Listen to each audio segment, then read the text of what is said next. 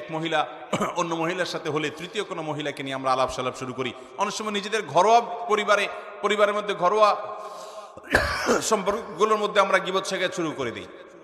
অনেক মহিলা আছে স্বামীর কাছে শাশুড়ি এবং ননদের বদনামি করেন, আবার অনেক শাশুড়ি আছেন ছেলের কাছে বৌমার বিরুদ্ধে বদনামি করেন।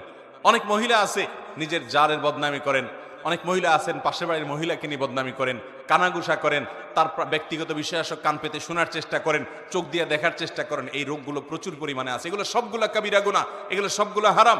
একজন ইমানদার কারোর পিছে লাগবে না। কে কি বললো না বললো তারটা সে হিসাব করবে, আমি আমার নিজের হিসাব নিয়ে ব্যস্ত থাকবো, কারোর পেছনে সমালোচনা করব না। দেখা যায় যে দু চারজন মহিলা একসাথে হলেই শুরু হয়ে যায় গীবত, শিকায়েত, কে কি করলো না করলো, বেহুদা কাজ। নবী করিম সাল্লাল্লাহু আলাইহি সাল্লাম বলেছেন, মিন হুসনি ইসলামিল মারই তারকু মা লা ইয়ানি, একজন মুসলমানের ইসলাম সৌন্দর্য হবে, সে ভালো মুসলমান হতে পারবে যখন সে অনর্থক কাজ পরিহার করবে, বাজে কাজ পরিহার করবে, যে কাজ অর্থহীন, যেটা দুনিয়া আখিরাতে কোনো কাজে আসবে না, সে কাজ থেকে পরিহার করবে। অতএব আমার 5 নম্বর নসিহত হলো বোনরা আপনাদের জন্য, যে আল্লাহর ওয়াস্তে আসুন, অনর্থক কাজ আমরা বন্ধ করি। মোবাইল টিপি এটাকে নিয়ন্ত্রণ করেন আল্লাহর ওয়াস্তে। ছেলে মেয়েদেরকে সময় দেন, নামাজ তেলাওয়াতের সময় দেন, কোরআন হাদিস পড়েন। এই মোবাইল টিপতে টিপতে আপনি কি পেয়েছেন? জীবনে কিচ্ছু পাবেন না, সব হারাবেন। অনেকে এই টিপাটিপির করতে করতে স্বামী হারায়, সন্তান হারায়, মানুষের ভালোবাসা হারায়, আল্লাহর প্রিয় পাত্র হওয়ার জায়গাটা হারিয়ে ফেলে এবং দেখা যায় জাহান্নামের দিকে চলে যায়।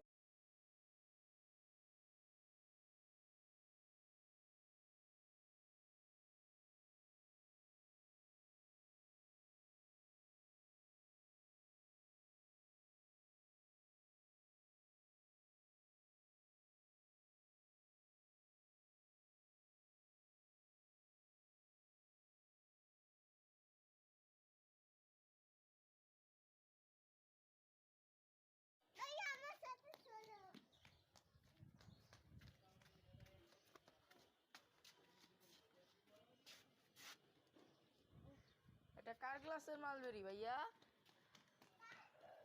দাদুর?